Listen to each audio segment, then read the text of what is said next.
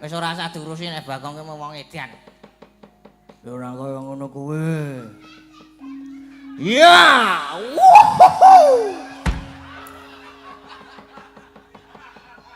Dan supporter aktif.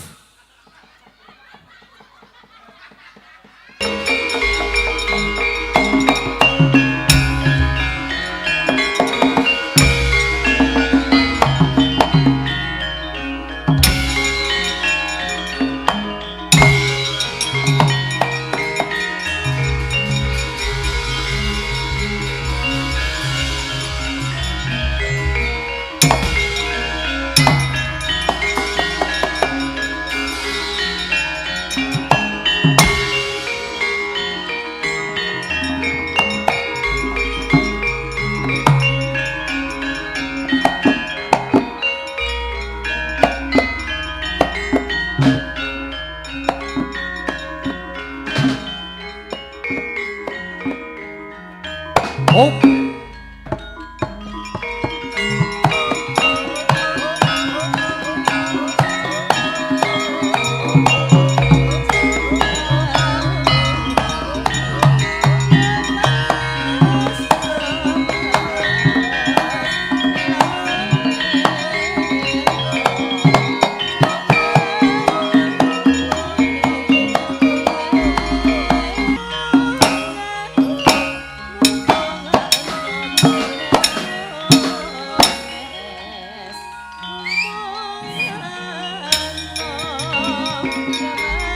Sini Kang.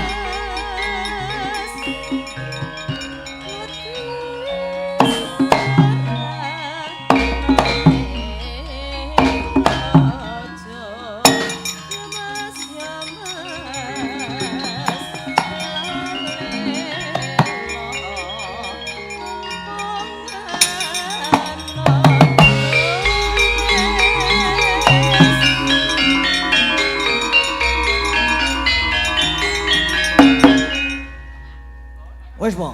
Aku ki niate lek nyuwuk wis mengko sik. Malah di tung tung. Tung tung. Tung tung. Tung ja, tung ja, tung ja. Ngapain Kang? Ora aku lagi pengen nganu apa lagu-lagu hip hop. Wis tekan goro-goro iki Kang Gareng karo Bagong kuwi. Heeh.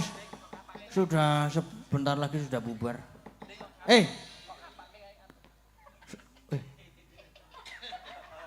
Nina bobo,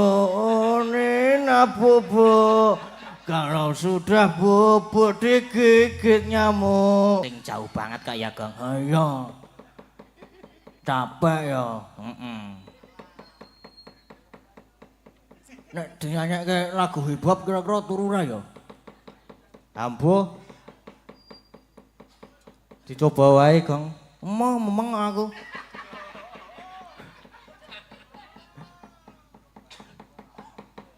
Ayo, Mas Drum minta du ja du du.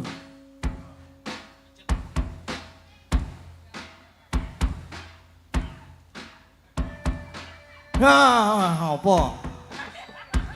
Kose hopse. Wah, jan. Du ja du jan lo. Yo. Nah.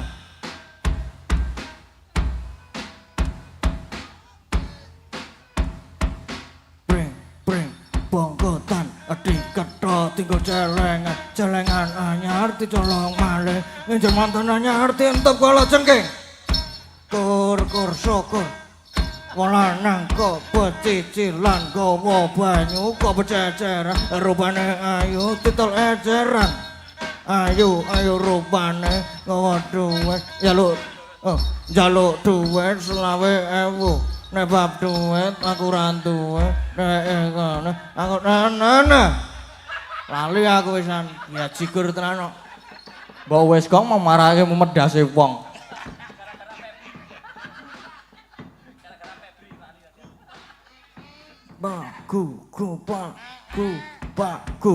Pak. Nah, seneng banget aku nek iki.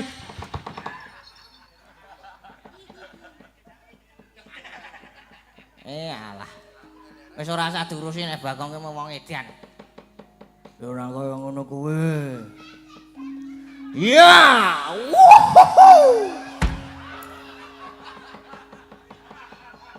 Dan supporter aktif.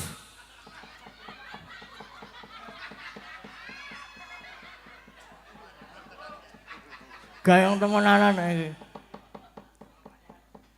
Jan, wis. Ayo arek ngopo? Mau ning lembukan ana sing durung apa dipinangkani apa durung isih ana? Ngimpi mau. Ngimpi.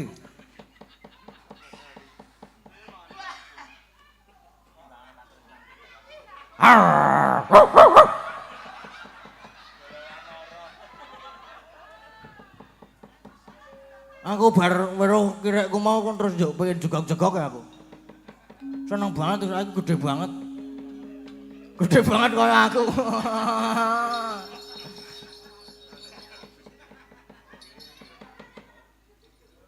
Loh, to. Apa ora ngono kuwi? Lho kae sing ana sing muni pakake jeli wae apa? Elek ora apa ngono aja. Iku gaul-gaul sing kaya ngono kae iki. Ya anu saiki apa jenengane? Ngimpi. Ngimpi. Sing arep nganu sapa? Sing arep nyekar. Lho kae. Lintang Kairo. Ngono. Lintang Kairo. Ayo Balintang. Ayo yo. Yo nembang ngipi. Ning ampun ngipi nggih. Nggih. Sinten niku mau sing mundhut, Mas? Sedap. Oh teng HP.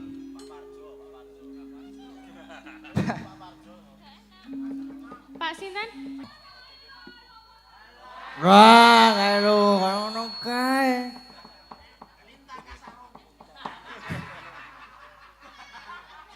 Aduh. Aku wis ngimpi mau saiki Kang Gareng karo Bagong. Apa ya aku sik ya? Aku sik apa kowe sik, Kang? Aku sik no, sing tuwa sik. Aku Petruk dhisik. Wis ora apa-apa. Aku kepengin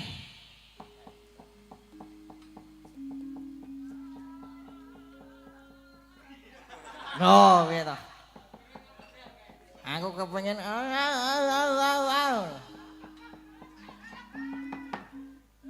Iba ana katresanku. Sing nyekar Mbak Elisa. Ngono kuwi. Heeh. Sing joget Mas Dodo. Sing joget Mas Dodo. Sing joget Mas Dodo. To Mas. Mas. Wah malah njaluk duet e. Oh ya, duet ora apa-apa. Duet ta? Ya. Monggo Mbak Elisa duet kali Mas Dodo. Ning ora dadi lho, Mas. Ya wis.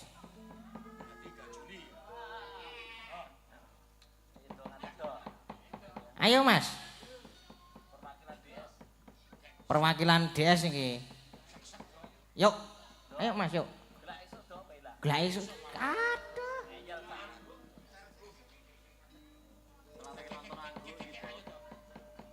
Lah searching karo ngadeg. Nah, sik berjalan. Sik dipaske sik kamerane. Nah. Spoti. Maju. Mandiri wedok. Iki mengulang dalang Seno Channel yang pertama. Ini kalau nebet di Spoti. Ayo, Spoti kanca-kanca. Nah ini kok Spoti. Wes sanaan ora. Seneng banget aku weruh jatran mau nonton jatran wis. Wah bunga banget hatiku. Weruh Mas Dodo mengis-mengis seneng banget aku wisan.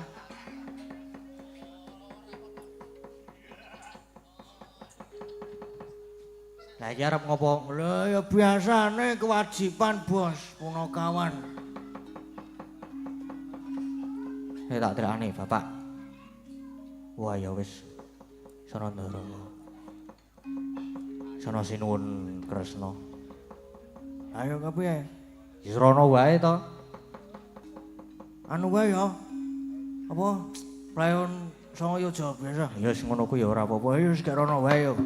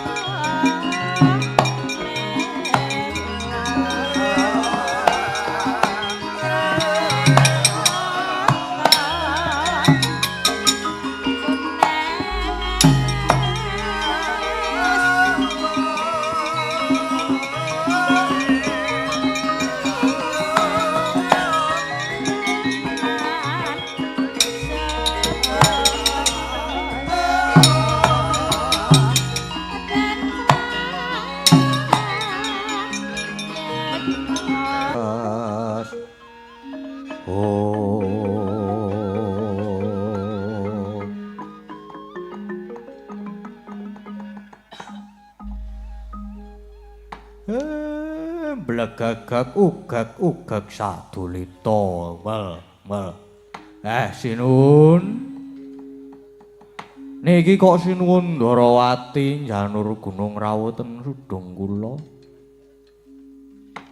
Iya Kakang, sejatine iki mau Kresna sedya prapta ing Ngamarta nanging tinemune suwung kabar sing dak tampa kadangku para Pandhawa kalenggan iki padha munggah ing kayangan. Mula aku malah banjur prapta ning Karang Kadempel iki Kakang. Nggih, leres.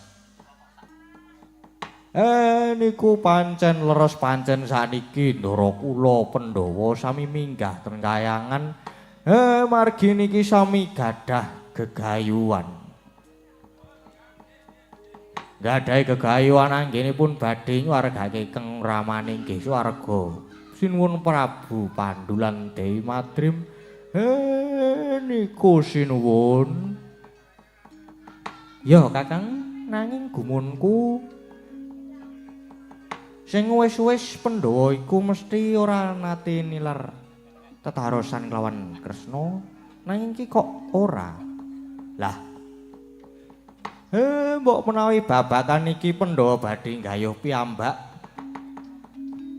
Mboten kepengin sumindhe dhateng sinten-sinten. Nanging langkung prayogi menawi sinuwun Ndarawati nggih paring pambiyantu dhateng para Pandhawa. Sampun ngantos negaken para Pandhawa. Iya Kakang. Mesti wae aku ora bakal negake banjur prayogane kudu kepiye iki Kakang Semar. Angler panengkang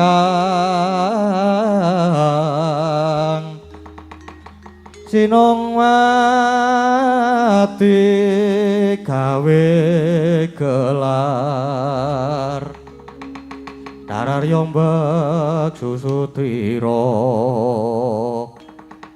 pamo sang mangrempak suronggongkara kita umangsa nuwun sewu sinuwun mboten kok ateges kula ajeng nundung pun saniki jenengan tika mang tindak utawi sawetawis mang medal riyin saking Karang Kadempel mriki. Krana inggih kanthi sarana niki njangandika saged pinanggilan bantu dhateng para Pandhawa. Oh, ngono Kakang. Ngeslake dawuh Kakang Semar yen kono Kresna nyuwun pamit sawetara nilar karo marang Karang Kadempel. Nggih. Pun mang tindak mrika dene kula anak-anak kula teng mriki mawon mangke mindak namung ngribeti. Ya Kakang Semar.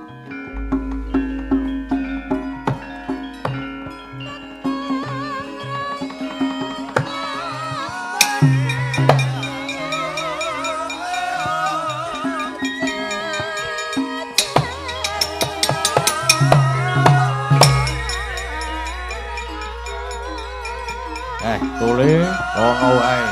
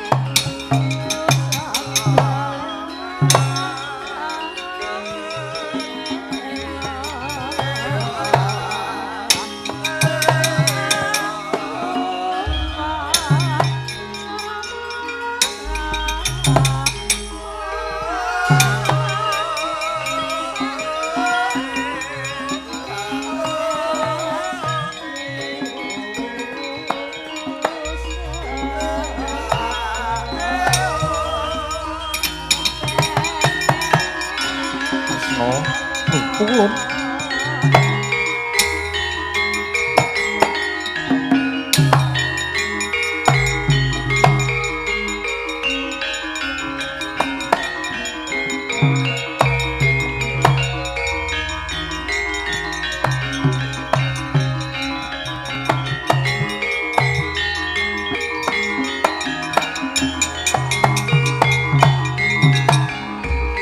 Duh, Plun.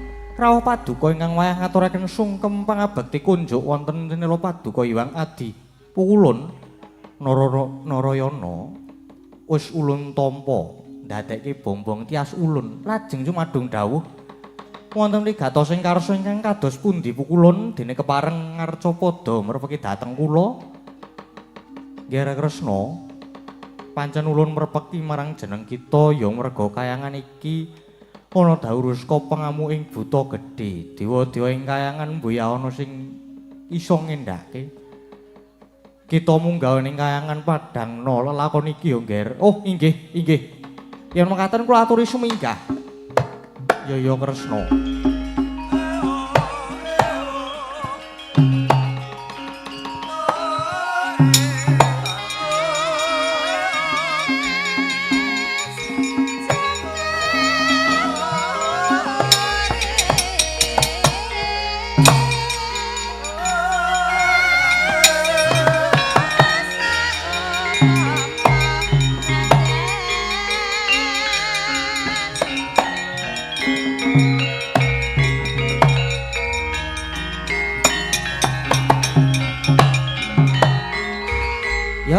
Ya.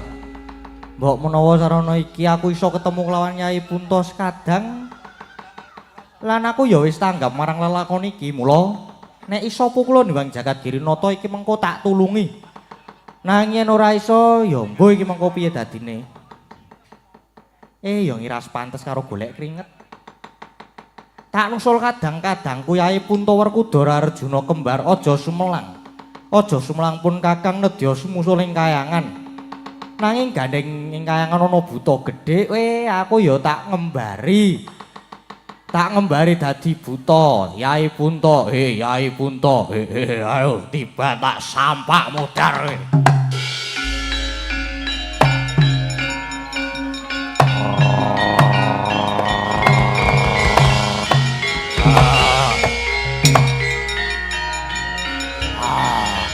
Wah.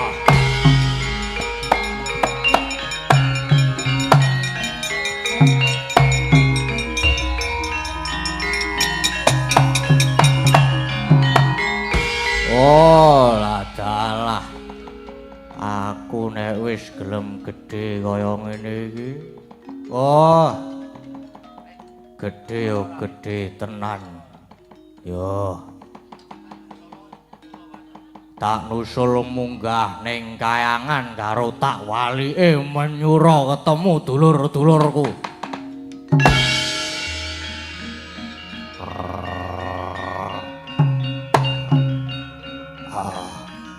Ah.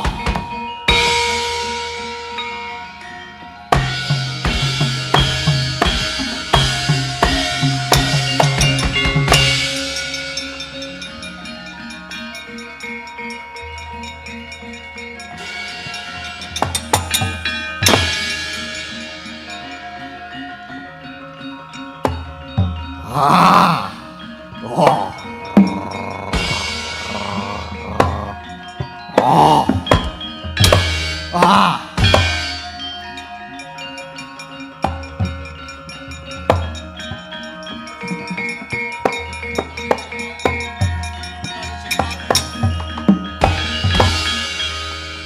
Oh, dalah dewa-dewa wis padha kalah kabeh.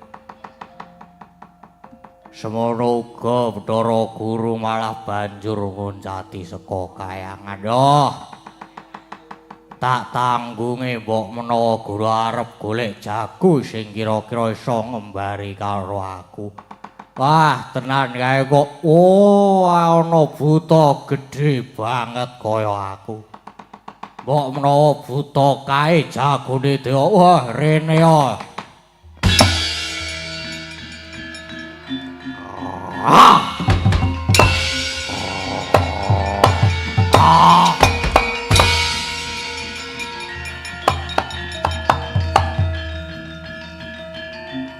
Waduh. Ah! Wah! Ah!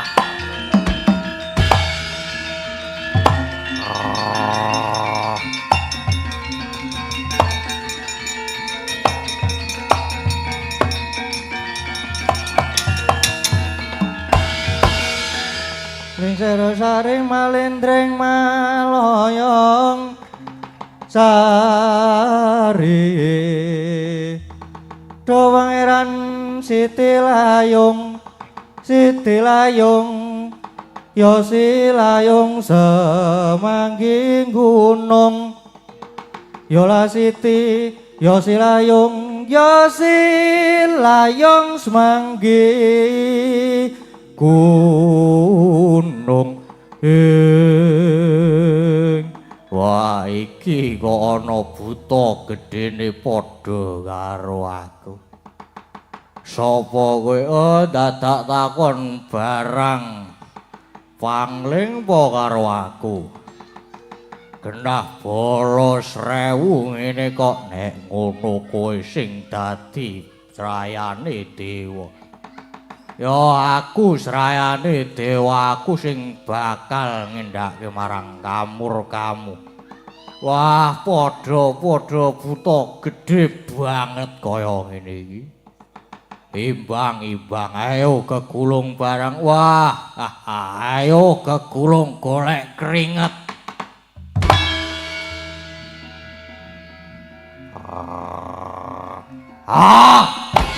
Wah!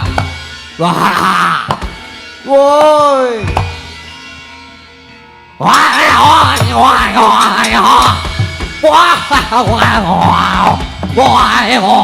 Waduh mati aku. Wah, aku waduh. Wah, edan.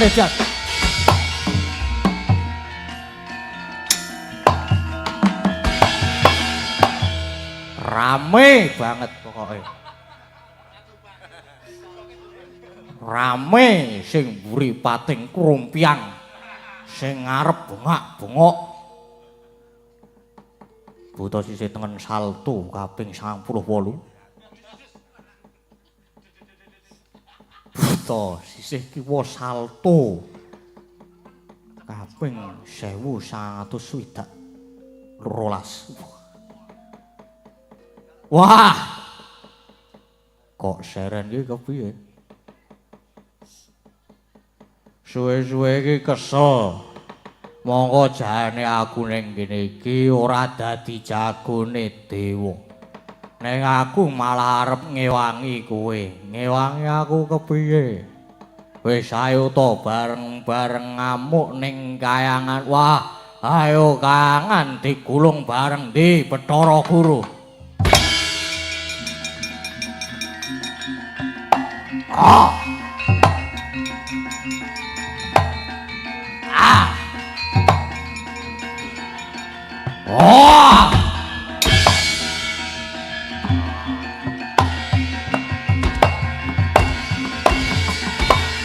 Ah!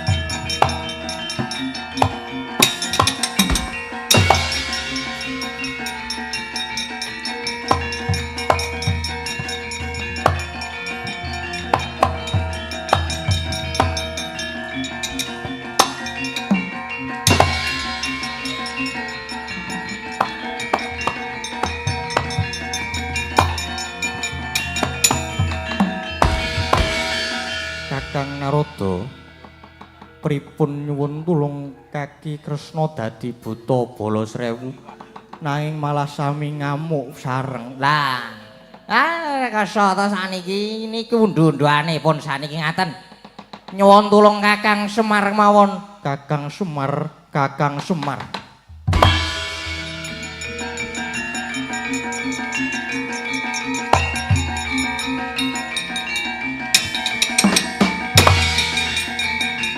Kacau, kacau.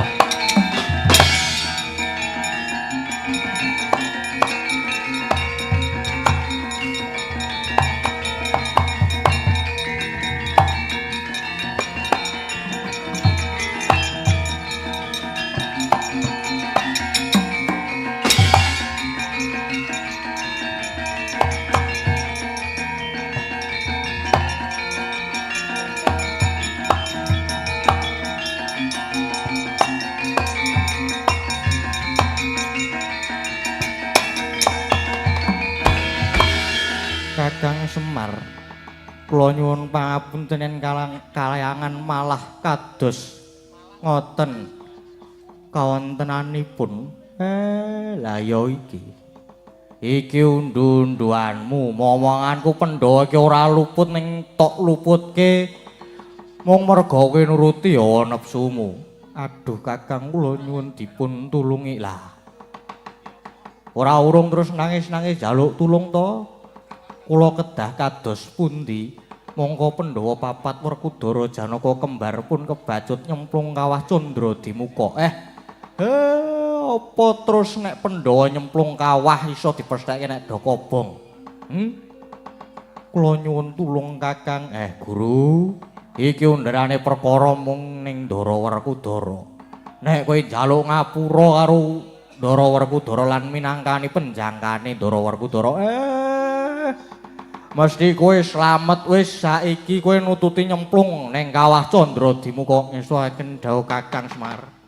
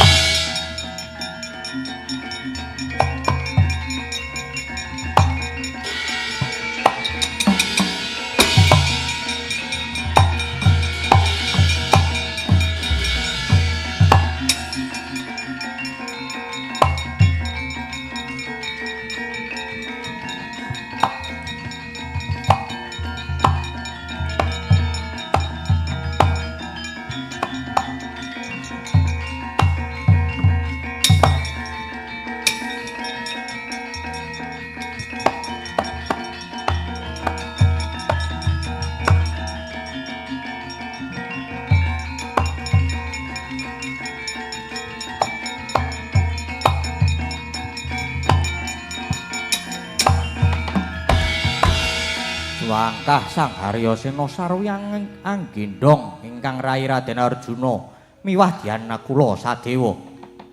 Dupi wus prapteng ing kawah Candra Dimuka labet saka gedhening tekad lan panjangkane sigra anyebur ing neraka Yomani parandene awet saka luhur bebudene linambaran ati suci ganing neraka ingkang manghalat sumingkir tebih karaos asrep adem ayem.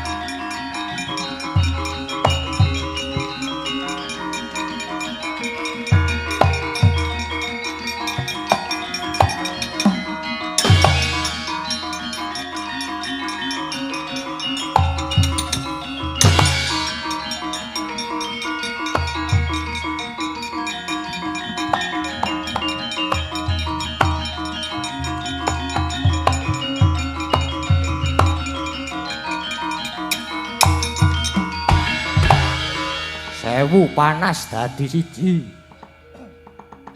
Sewu lara ingkang sinandhang. Datanana nikmatmu pangat labet ing kono papane pasiksan kang datan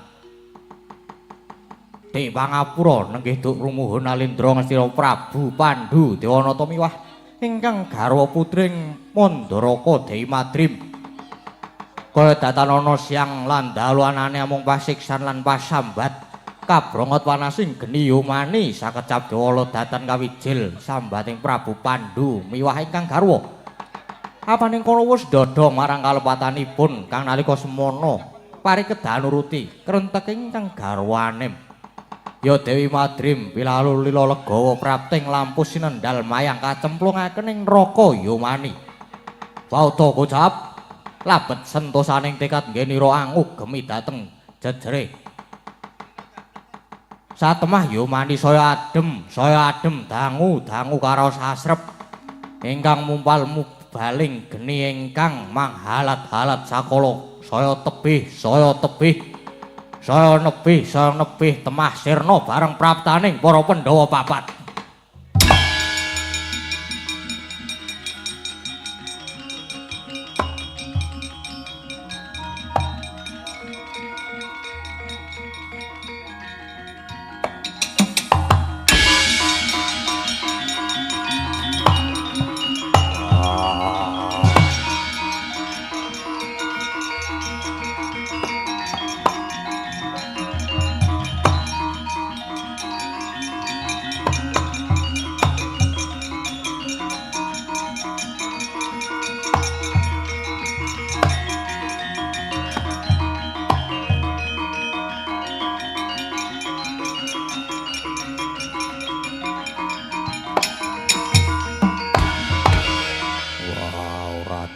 Karo kandhane wong akeh jlamprong jarine kene iki panase bitung panas madyapada parandewe bareng tak cemplungi ora ana penandang kang sinandang anane mung nikmatmu pangat permadilan kowe kembar wah coba sawangen ana cahya sumorot bareng taos padake iki ana pawongan kang lungguh jejer antarane lanang lan wadon. Wah, kisana. Mara gage kowe ngakuwa. Kena ngapa? Kowe dedunung ana kene. Mengko to dhisik. Panjenengan kuwi sapa, Raden? Wah, aku Werkudara, ya Bratasena. Dene iki adiku Arjuna lan kembar Nekula Sedewa. Oh, anakku, Ger. Oh, anakku.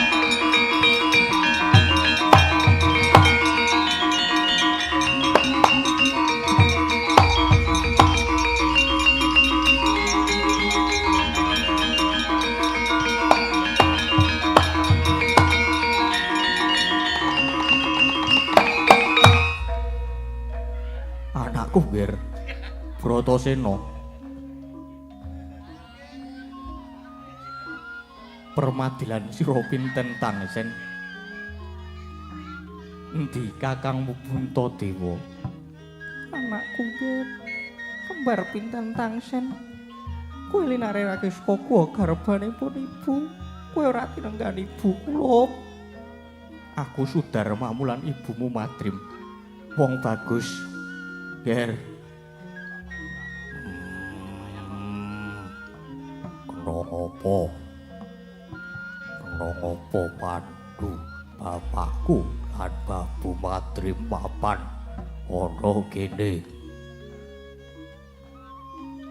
dosa lan luputmu kuwi apa Rama kula boten badhe wangsuling Madyapada Arjuna nderek wonten mriki kemawon Rama nggih Ibu kula nderek paduka wonten mriki mawon oh nggih nderek paduka wonten mriki Bu oh Hyang Agung ngaturaken gunging panuwun tanpa upami dene kula sampun sinugra pinaringan margi pinanggih kalian anak-anak kula kene Ger lungguh sing kepenak ya Ger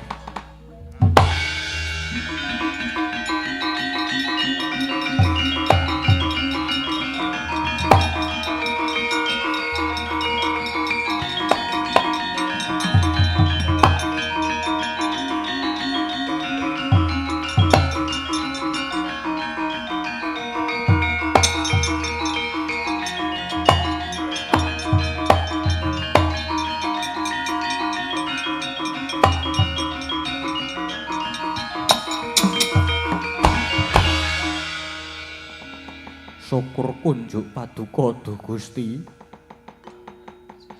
wonten trontong-trontong pepajar dene kula sampun pinanggih kalian anak kula Madrim aku mangayu bagya banget ya iki wae nggonku gegol tak jangkung saka alam baka anak anungan indita bocah lanang-lanang kang mursid bisa mikul dhuwur mendem jero marang wong tuwa Werkudara wah aku aja mbok tekoni werna-werna sing cetha aku wis jenak aku wis kepenak mapan ana ing kene Madyapada winggone penandang nanging jebul malah luwih kepenak mapan ana ing Yawani Loka nyatane kahanane jebul malah adem ayem lan tansah cecaketan marang sing ngukir jiwa ragaku mula Pandu bapakku wah aku tetep nderek ana kene wae ya Nger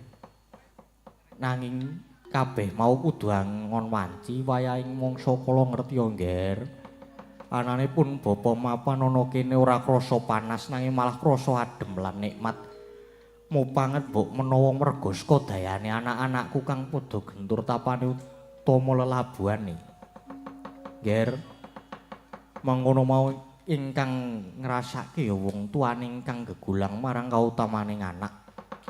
Sena, lah si Puntadewa ana ngendi? Wah, nane aku kabeh ning kene iki ya sebab saka niate Werkudara. Merga jaman Pandhu bapakku sinendal mayang dening Bathara Yama Dipati mbiyen. Aku ngerti ento Pandhu bapakku bakal dicemplungke ana ing pasiksan. Wiwit saka kuwi aku ora tau bisa turu rina wengi sing tak pikir mung manunggaling Pandhawa bisa ketemu kelawan Pandhu bapakku lan Babu Madrim.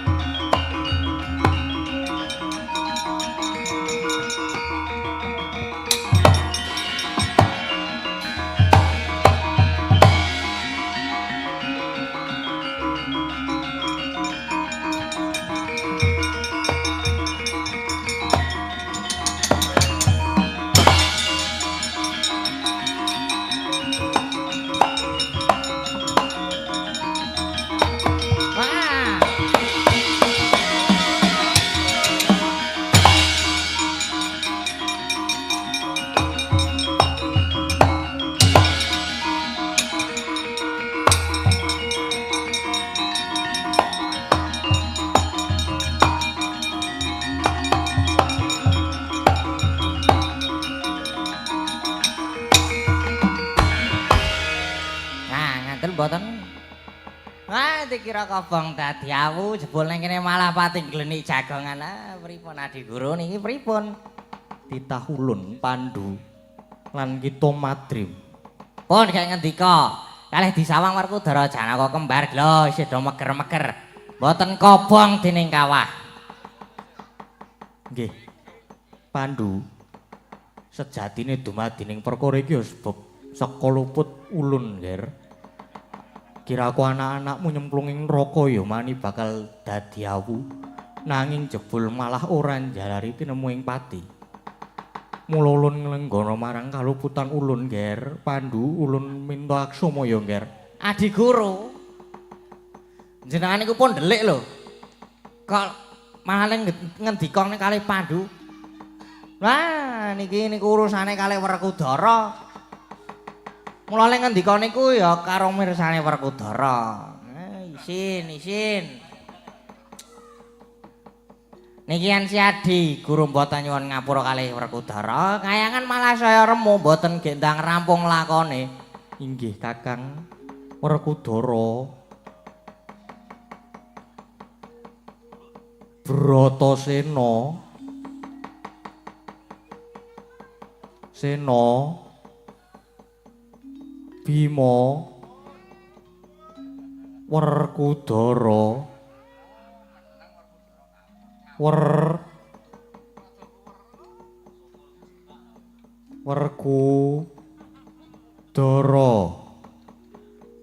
Kakang Mas dipun timbali. Wah. Sariawan aku. Kecipratan geni. Ora iso ngomongane. Wah, ora ana gunane aku guneman karo kaki guru, Nger. Ulun dodo marang kaluputan ulun, sepira kaluputan ulun marang jeneng kita, ulun minta aksama. Wah, ya wis. Sing wis mbok ya wis, ora sah baleni meneh.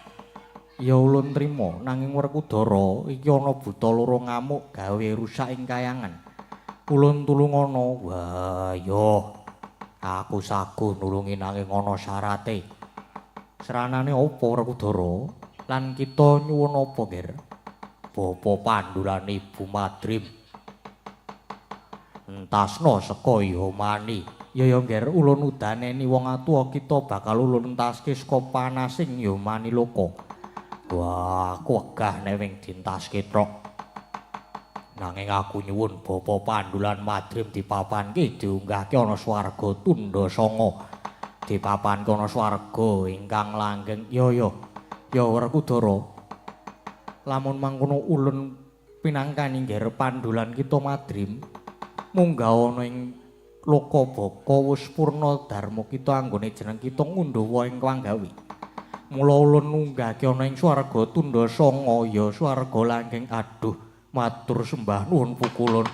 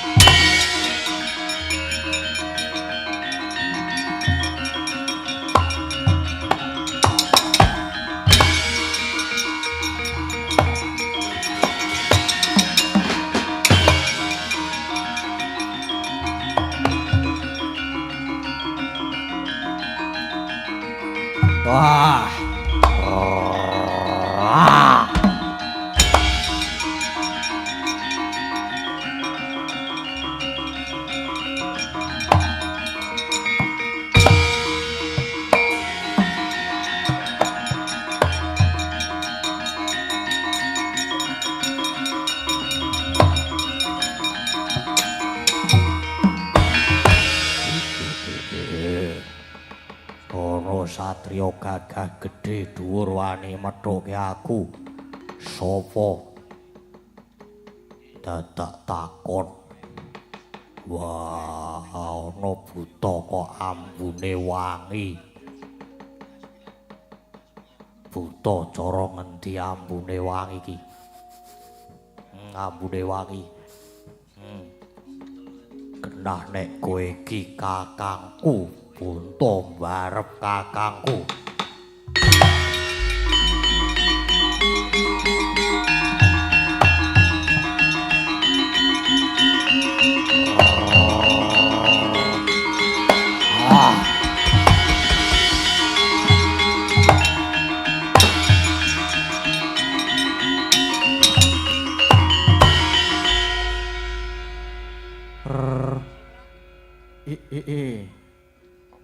Aja ngawu-gawar ngawur kowe.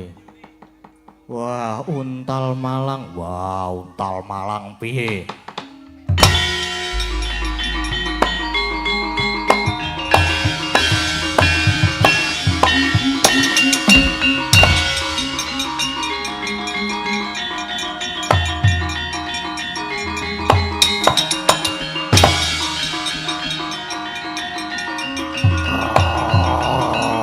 Wah.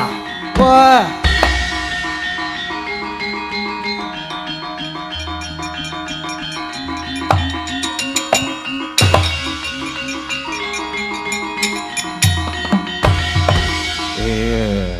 Ana satriya bagus methuke karo aku. Wah, apa kowe iki ora wedi? Aku wedi. Aku wedi Wirobuta gedhe banget, aku wedi. Wah, malah ngece, aku wedi Koko Prabu. Wah. Ah.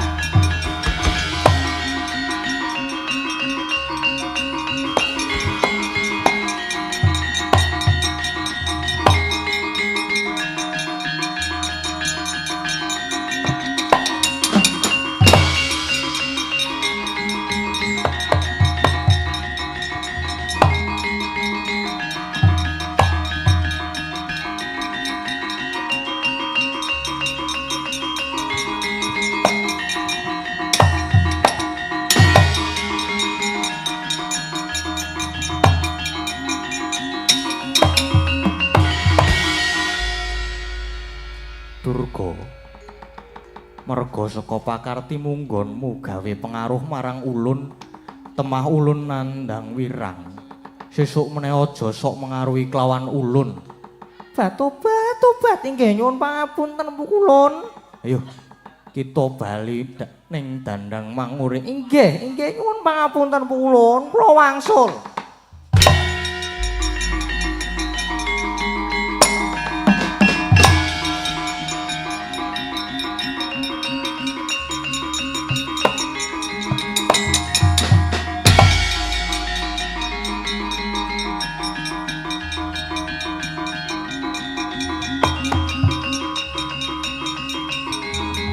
Wah.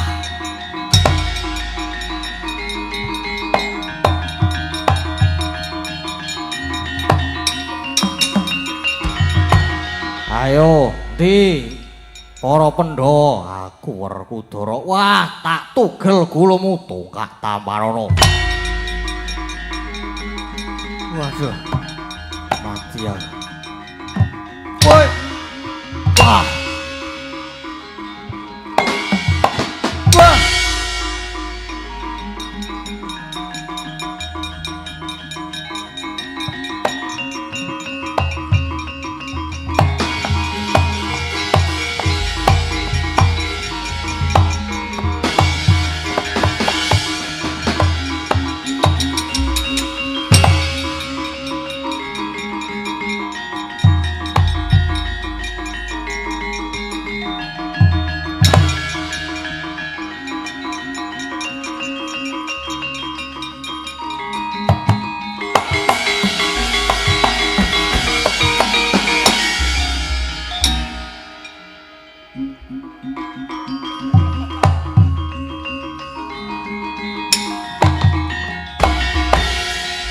Ah. Punden.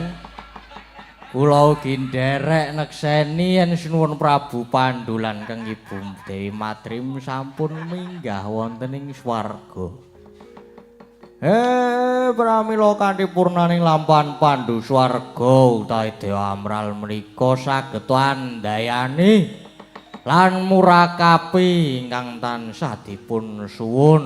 Mugi Bapak kula inggih Kisina Nugraha pinaringan swarga langgeng ugi sumrambah dhateng ingkang mengku gati.